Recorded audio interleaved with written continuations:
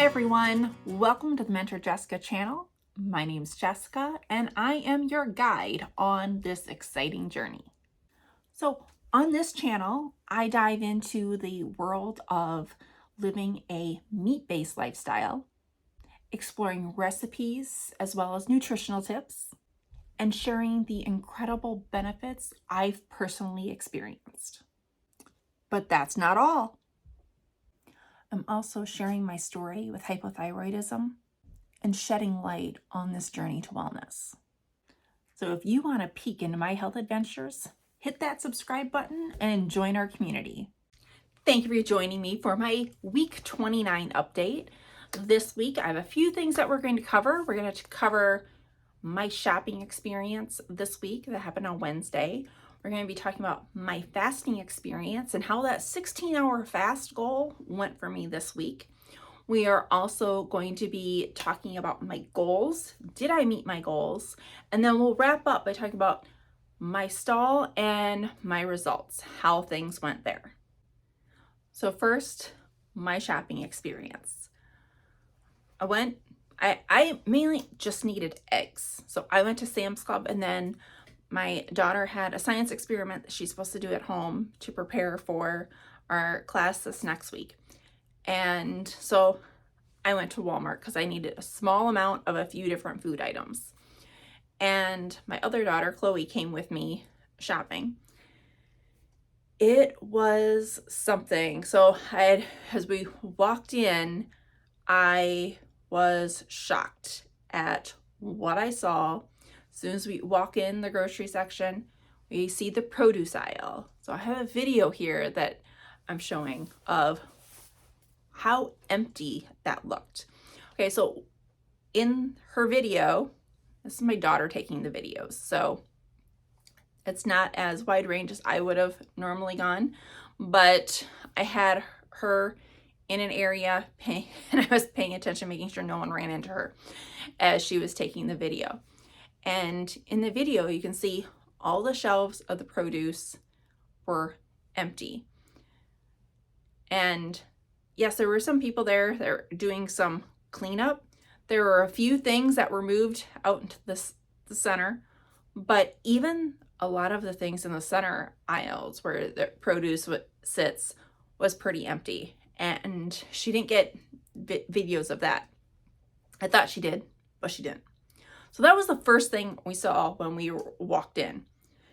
And I didn't go up and down all the aisles. After we're on our way home, I got thinking we should have gone up and down quite a few of the other aisles. But I needed to get a plain yogurt for this science experiment. So I head to the back in the refrigerated section. And here we round the corner and there's all these shelves that are empty that normally have eggs and sour cream and butter, and I don't even remember what else is on there, just because the only thing I really would ever get off of there is my eggs and my butter. But I've been getting those at Sam's Club recently, unless there's a huge sale. And there were some eggs in the center coolers, so there might have been a problem with the coolers. However, there was usually way more available there. And that was just shocking to me to see all of that so empty and so much like normal things that they would normally have in the center coolers, except for there were eggs. I did not see butter in any of the center coolers, but it's not saying that there wasn't any, but there's not as much as there normally was. Now, this was on Wednesday, and here in Iowa, we've had cold. We had over 24 inches, no, 25 or more inches by that time, and it was very low temperatures. There were a lot of different areas nearby that had travel not advised as of yet Monday and Tuesday. This is Wednesday, we were in the store. So depending on where those trucks were coming from, there could have been delays. So we had so much produce. I'm so glad I don't have to worry about any of that.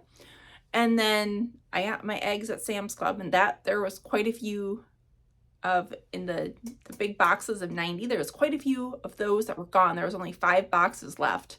So I'm assuming there were some issues getting trucks in, and local restaurants were grabbing those boxes, because there's usually a lot more eggs there at Sam's Club. But just to see Walmart that low was amazing. And then we walked around, and I was just asking, like, is there any other meats that you need? Is there anything else that you want that you might not want to get in large quantities at Sam's Club, but maybe you and your sister want something else? So we're going around just the outside aisles, guys, right? We're just shopping around the outside aisles. And I'm looking, all the beef and all the pork and all the chicken, all the food that you need to prepare is fully stocked, right? Then this next video, she didn't do a great job, but this next video is the area where the chicken nuggets and stuff are in the center aisle, and the chicken wings, and how much they are picked over. I was just like, okay, so many people, when they came to the store, they knew they were going to be home, schools were going to be canceled, they were making quick meals. This is what they were buying up. And so I pointed that out to my daughter, because I'm like, can you believe, like, this is never this empty? I have never seen all of these areas in the center this empty. But usually, if something's out, there's a sale and one of those bins are out, right? Not multiple, and then a few of them low. And she only got the one side that normally has the different types of chicken, drummies, and chicken nuggets. Chicken wings were on the other side, and there was a lot of those that were sold out as well. So it's all those quick meals. And we were talking about that as we were checking out, and when we were on our way home is where I'm like, I should have gone up and down some of those other aisles to see what else people were buying up, to see how many chips were out of stock, how much dip was out of stock, how many pizzas were out of stock, because I'm sure those aisles were picked over as well. And then I called my boyfriend. My daughter was driving, so I called my boyfriend on the way home, letting him know, like, this had happened, because he had just gotten home. He's been gone for 2 weeks working, and he had just gotten home and went to his local Walmart, and he was like, yeah, he went down the freezer aisle just to get some things to heat up real quick for that night. And he's like, there's a couple sections in the freezer aisle. The freezer was just completely empty. And he's like, freezer wasn't out. It was just completely empty. So, and that was just him going down one aisle, knowing what he was picking up and getting out of there. So I don't know how this is going on everywhere else. I don't know if it's just because of the storm, or if there's really that big of an impact on the trucks getting in for food deliveries. But that was a complete shock to me, that I have never seen that when I've walked into a store, like, unless like during COVID and we had the problems with chicken, and then there was limits on what you could take for eggs, and you were limited a certain number of dozen eggs. That was horrible. But I haven't had where I've walked into the store and had so many shelves empty. All right, now let's talk about my 16-hour fasting experience. I remember fasting used to be very easy for me to go 18, 20, 24 hours. I have obviously gotten out of that habit, because I was checking my timer. Kept checking my fasting timer each day to see how much time was still left before I could eat. That has been a long time, like years, since I've done that. So I've gotten into this really bad habit, even though I've been carnivore. I've been snacking way more often than I should because I haven't been tracking my fasting. It's probably been a few months before I tracked my fasting. And I've been doing a lot more snacking and trying a lot more foods in the dehydrator, and they're more snacky foods with the bacon jerky and the hamburger jerky, and I'm enjoying all of those snacks, and they're just quick and easy, and it's easy to grab one or two. And so, yeah, I think a lot of it has been to do with eating out of boredom or something going on or getting off of a call and thinking through something and just grabbing something quickly. It's been too easy. So I have found I have definitely been eating much more than I should. And I was checking my timer. I had fasted at 12 hours. I was looking at my timer and going, I need to go 4 more hours. Oh my goodness, what am I going to do? What did I do? I did more work. I did more cleaning. I did more moving. So it wasn't a bad thing. Was I hungry? No, it was out of, like I said, boredom. And every day I was struggling. And Saturday was the first day all week that I didn't look at my timer. So I'm like, it took 6 days before I didn't look at my timer before my timer went off. But I was about to look at my timer on Saturday. I'm like, no, the time's almost got to be up. I'm not going to look at it. And it was about 15 minutes later is when the timer went off on my phone that my fasting time was over and I could eat. So I had no problem doing that right away. But then come Sunday weigh-in day and I'm sitting there going, okay, it's been a week. My timer went off before I looked at it. So I was gradually progressing every day through, but looking back, not tracking my fasting at all I'm thinking it was probably close to 2 months that I didn't track my fasting has gotten me out of the habit. So between that and that dehydrator that makes all those wonderful foods. So I am still eating those snacks and those snack foods, but I'm eating them with a meal. So it's still been great. But I really found out that I was eating more often than I needed to. My goals. This week, I was able to meet every single one of my goals.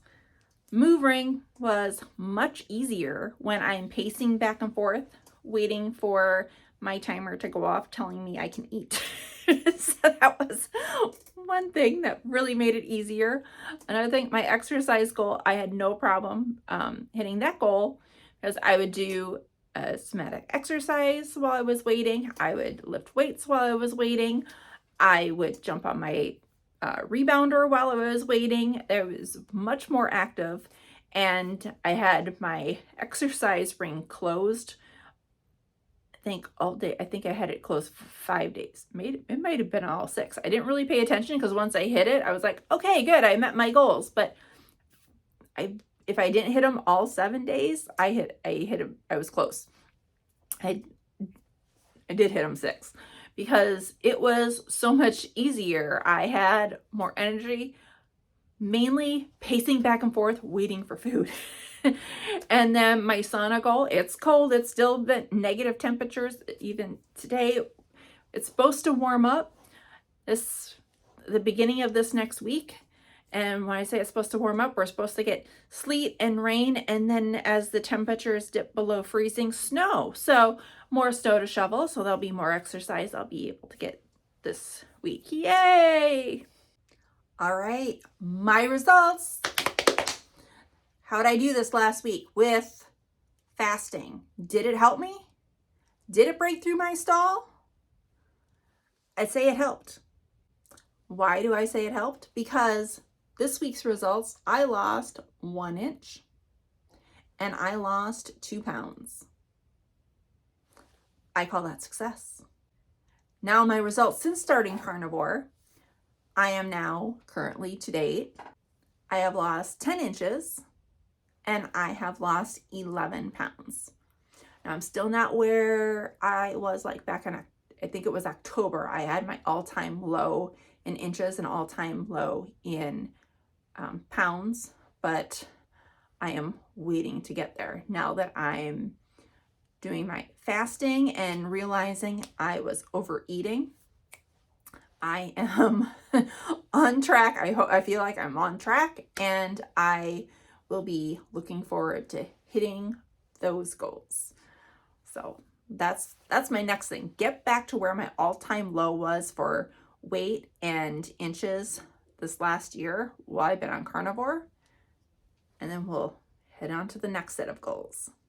So as always, if this information was helpful to you, give me a like. And if you know someone who would benefit from this, share it with them. And remember to subscribe for my weekly updates. So now I want to share a few takeaways. First off, if you are carnivore or ketovore or keto and you're at a stall, you may have to reevaluate yourself. You know, I did, and I found out I was eating way more often than I needed to. I was eating when I wasn't hungry. I was eating out of boredom. And there's a few things that you might need to do to reevaluate yourself. One, you can ask yourself, are you being strict enough? And by asking, are you being strict enough? Some of the times that just means, are ingredients being snuck in any of your foods that you maybe gave up or restricted before? Or you may need to ask yourself, do you need to eliminate more? So I know when I first went carnivore, I wasn't feeling what other people were feeling when they went carnivore. Some of that had to do with I needed to heal because of my thyroid, but some of that was I was carnivore, but yet I did better when I eliminated dairy. And as much as I did not want to give up my cheese, it has also been a choice not to reintroduce that cheese. Because one, I know I can binge on it. And two, I don't really feel I want it as badly as I thought I did. And there's quite a few different foods I introduced that I thought I would want. Like coffee, I never thought I'd live without. And after eliminating it for 3 months, I really don't want it on a daily basis. I haven't really necessarily even had it once a week. I was actually debating on just packing my coffee maker up and putting it in the storage room. That's how often I drink coffee. I was a person that would drink 2 or 3 pots of coffee a day, and I've gone down to not even craving it or wanting it on a daily basis. So if you're on a stall, a few other things you might want to consider is, are you eating enough protein? What is the number of total carbohydrates you are eating? Especially if you keto or ketovore, those carbs can sneak in very easily. Would you benefit from eliminating dairy? You might have to eliminate it for a week, 2, or maybe even a month, and then introduce it back in to see how your body reacts and if you have a reaction. That may be a sign you might need to take it out and reintroduce it slowly. Another thing are those sneaky sugar substitutes. You will find them in seasonings and spices, so be very careful on what you are consuming and what you're adding to your foods. Look at everything, and maybe that's something that you've added in that you didn't realize. That could be adding in to those total carbohydrates, and some of that stuff might be throwing you off. We're all different. These are just a few things that tend to be sneaking in accidentally, and I just want to make you aware of those. My second takeaway is seek additional help. If you are struggling, you might need additional help. Find other videos. Find people that have struggled with the same things that you have and see what they have done. That might help you tweak what you might need to do. Now, what they try, if you try it, doesn't necessarily mean it's going to be the same or have the same effect. But if you've never tried it, you would never know. We are all individual. Nothing's going to work for everybody. There's no one thing that's going to work for everybody. So test it on yourself. And as you're testing it for yourself, find a community, find some support, find a community that's either following the same plan or having the same struggles, and join that community and be part of that community. You can find online help or support or a coach to help you. It's like, I did that myself. I had a coach help me when I first started on carnivore those first couple months, and then I went through the process and changed coaches because during my initial switch to carnivore, I needed the support, I needed the guidance, I needed the encouragement, I needed someone to check in with me to make sure I was staying on track and staying carnivore. But as I learned more and went through testing and found out I had hypothyroidism, that was just a whole new section, a whole new game. And I had questions for hypothyroidism that I needed to switch coaches. So know when you need support and when it's time to change that support and what's going to support you the best. That's my biggest takeaway in all of this, is the fact that sometimes we're too close to our own problems, that we need that outside help. Thanks for joining me on this weekly update, and hope to see you next week.